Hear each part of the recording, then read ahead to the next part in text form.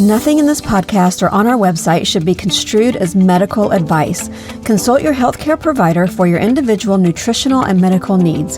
The information presented is based on our research and is strictly that of the author and not necessarily those of any professional group or other individual.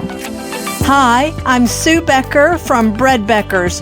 Welcome to Sue's Healthy Minutes. I'm so excited you've joined me today, and I hope this episode encourages you and allows you to find the answers you have been praying for the health of you and your family. Today on Sue's Healthy Minutes, it's time for another It's the Bread story. My guest today is Ann Pape. Ann emailed me a few weeks ago to share the benefits she's seen since she started making her own bread in March. She has both a personal testimony and a very unique story, one that I most definitely have never heard before. Ann, I just want to welcome you to Sue's Healthy Minutes. Thank you so much for joining me today to share your story. Why don't you just begin by telling a little bit about yourself, who you are, where you're from, and maybe how you first heard about Bread Beckers. Sure. Sue, my name is Ann, as she said. I am married. This is my 49th year. So next Valentine's Day, we'll be married 50 years. We have 3 sons and 6 grandchildren. Wow, that's amazing. Yeah, it is. It's been an exciting life. The last 7 years, I've had an art studio where I was giving lessons. And one of the ladies who brought her employees to take a lesson with me was Carrie, who is actually the person who's over our co-op here in San Angelo. The Bread Beckers Co-op. Yes. That's where I will be speaking in just I know. I'm so excited.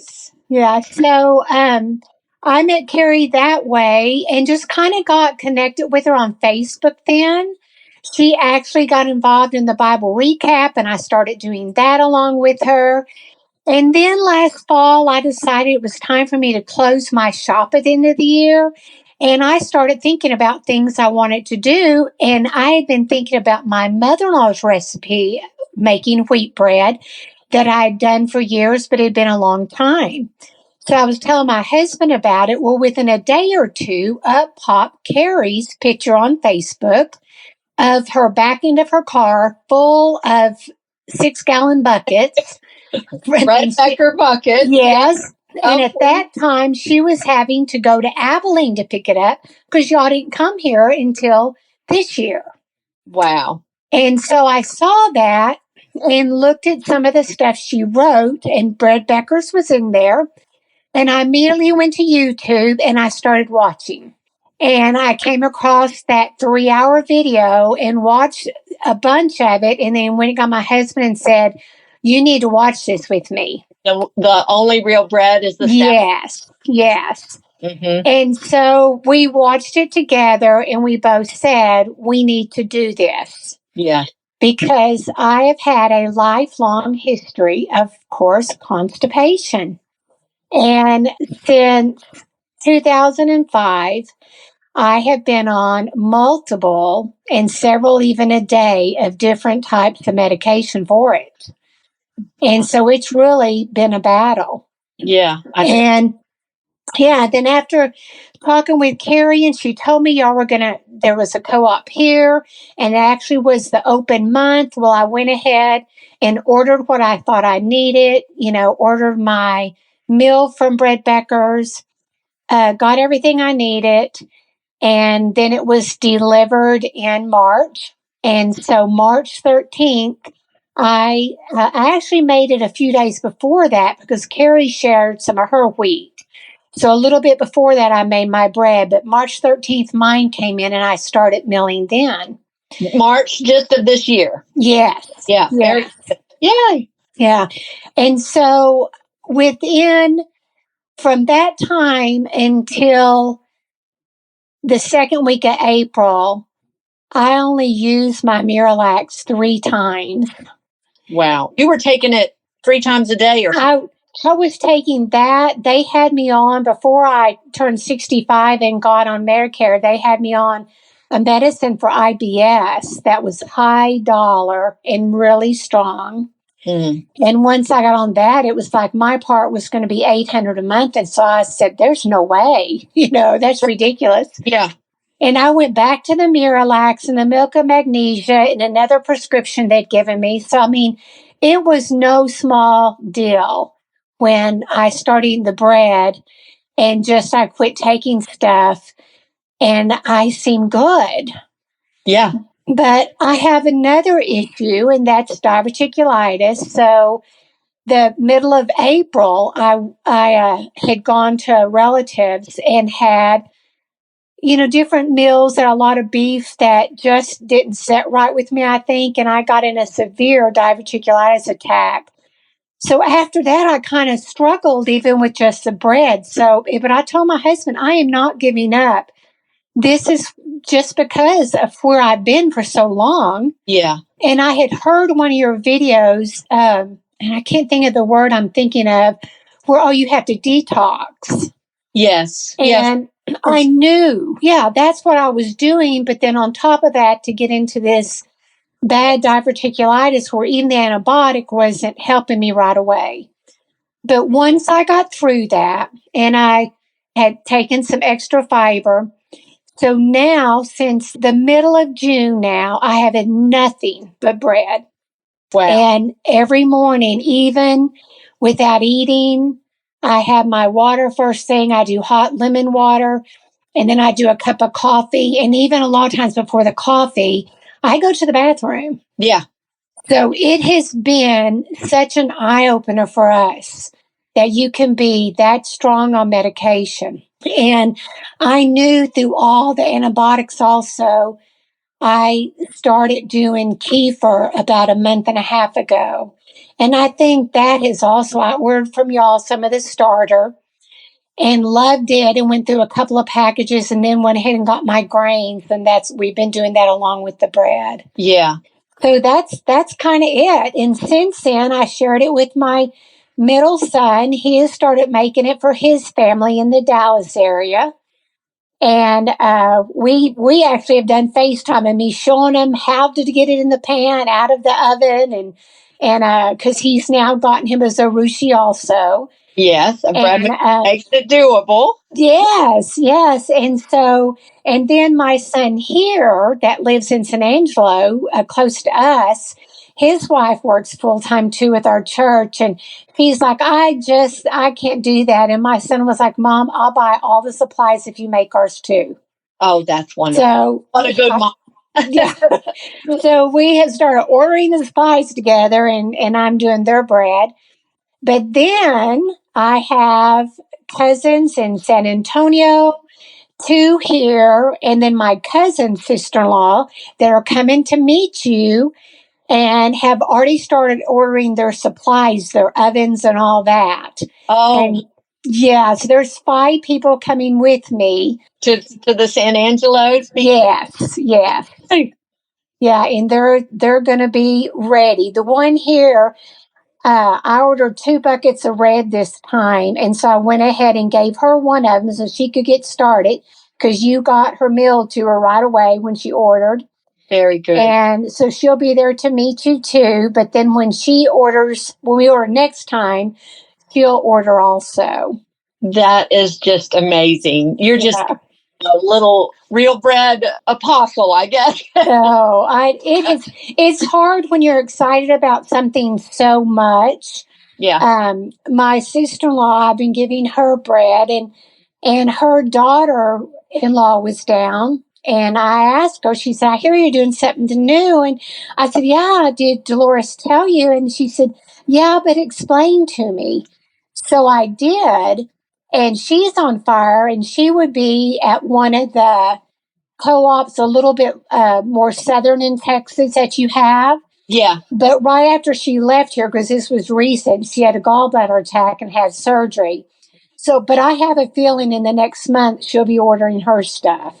That's amazing. That's amazing. Well, it's easy to get excited when your life has changed so much, and to be on that many medications. Yeah. You have to stay on them to get relief, and then you can eat bread and not have to be on medication and not have problems. I'm like, who knew? This is wonderful. Yes, yes, and I just started doing the bagels, and I've done the Ranger cookies, and several things. So I'm just now kind of wetting my feet and really wanting to get into like tortillas and pasta and that kind of stuff. That is amazing. That is amazing. And I can't wait to hear their stories. I don't know why they're interested or what's, encouraged them to do this, but I'm sure it's most probably there's some health issues there.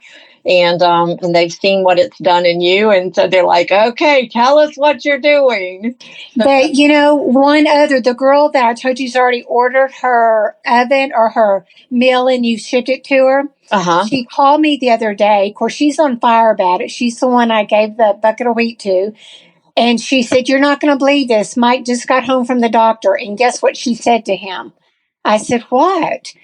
And she goes, she told him she wants him to get off of all white flour, all pasta, and all this. And he looked at her and said, well, that's good timing because my wife's starting to mill her own grains so she can do bread for me. And she said, well, that's fantastic. Oh, my goodness. That is so amazing. The doctor said that, too. Yes. Oh, yes. That's great. Well, I can't wait to hear that story. That's going to be a good one, I'm sure. So, yeah. Oh, man. What isn't God good to lead us in the direction that we need to go and give us such simple answers? He says his way is easy and his burden is light. And I'm just like, it is.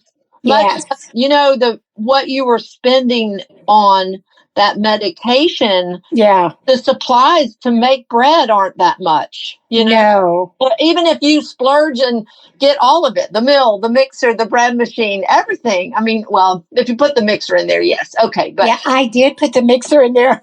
Yeah. I just got it. But look what you're saving, and not just money you're saving. Look at the health you're gaining from it. Yeah. That's an investment that you can't put a price tag on. So that is just so great to hear. I'm just so glad you're doing well. And I'm believing it'll continue to heal that diverticulitis. We've had so many testimonies over the years of my studying. I'd always been under the impression that once the diverticulitis formed, that they won't go away. The fiber from the bread will eliminate or help the symptoms. But I've had 2 testimonies of people that had colonoscopies and they found no diverticuli. One, just a few months on the bread. So be encouraged there. I'm waiting to hear that story. So, yes.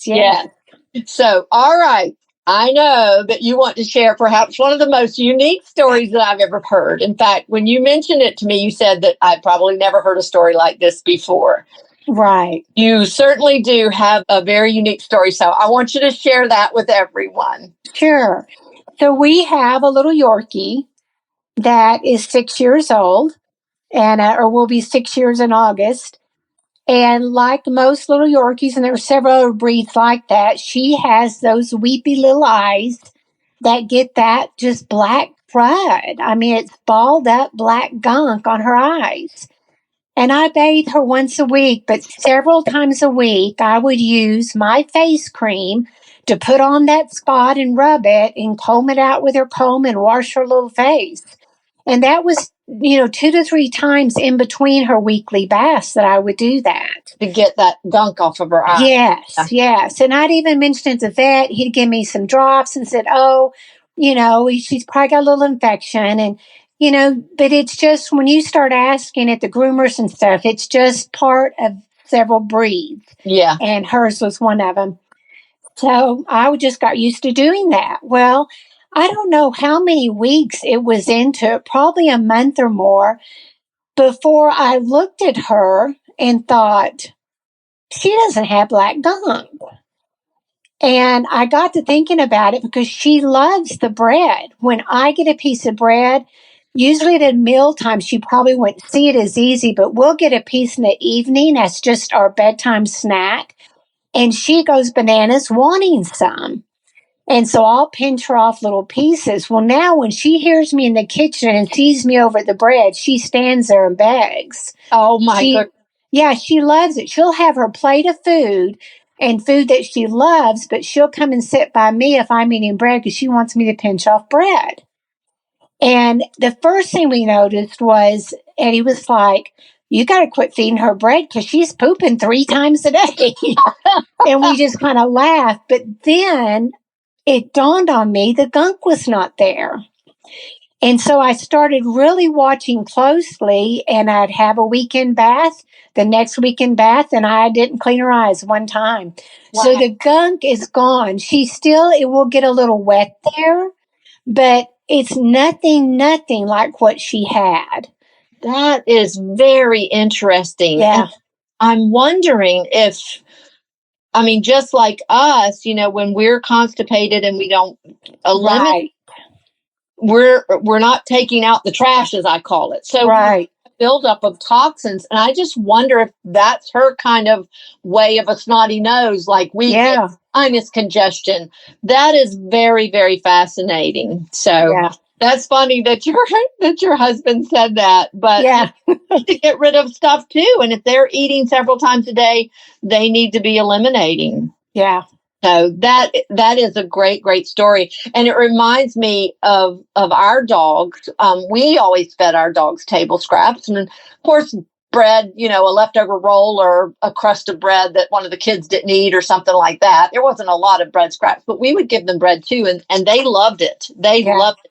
But they were super healthy and they loved to eat the bread. And the vet marveled that our mama dog that had multiple litters of puppies had never had worms, which is so prevalent in female dogs when they have a litter of puppies because, they're cleaning them and, all of that. And so they have worms and the puppies have worms, but they never did. And I always wondered if it was because they were detoxing. They were cleaning. She was eating the bread and pooping all the time. And so you clean that out. That is so fascinating to hear. So anyone that has Yorkies, I hope you listen to your story and start feeding your little puppy some bread. I think that will certainly encourage Yorkie owners. Yes. Anyway, but this has certainly been a fun testimony and story to hear. And I just know that everyone listening is going to enjoy it. And like I said, I hope they're encouraged for their Yorkie too. So I always like to give my guests just a chance to any last words of encouragement that you would like to leave our listeners with today, or anything we didn't touch on that you forgot and want to share. Just go ahead and feel free to share that. Sure. The main thing I would just say is this, that there are times when you struggled with things like that it's above normal than just constipation, and don't give up, because I knew that sooner or later it was going to work through my gut issues and my problems. And I really feel like we're there now. Yes. But also, the way everything has played through, I have just seen the Lord's hand in bringing Carrie and us, becoming acquainted, and the things I've seen and picking up and all of a sudden listening to the right stuff. And it's just exciting to see how, if you'll look back, He's played a part in every step you take. And I know He's rejoicing that we finally realize we need to be eating the real bread. Yeah. And that's fun. But just don't give up. Keep doing it, because I think your body will work through all the problems with eating what you need to be eating. Yes, I agree. And you saw immediate results. Yes. Had a little bit of setback. And I think because of so much negative bread and grain gluten information out there that is just not correct, that people are like, oh, I can't do this. This is causing this. And what I tell people is it takes a longer time to heal things naturally because you're healing. Just like if you cut yourself, it doesn't heal immediately. It's got to do what the body knows how to do, and that cut will heal. So sometimes we want immediate results when things just need time to heal themselves. So that's exciting. And I'm so glad you shared that to encourage people to just press on. So I just thank you so much for taking the time out of your busy life to join me today. And anything else you'd like to share before we close out, you feel free.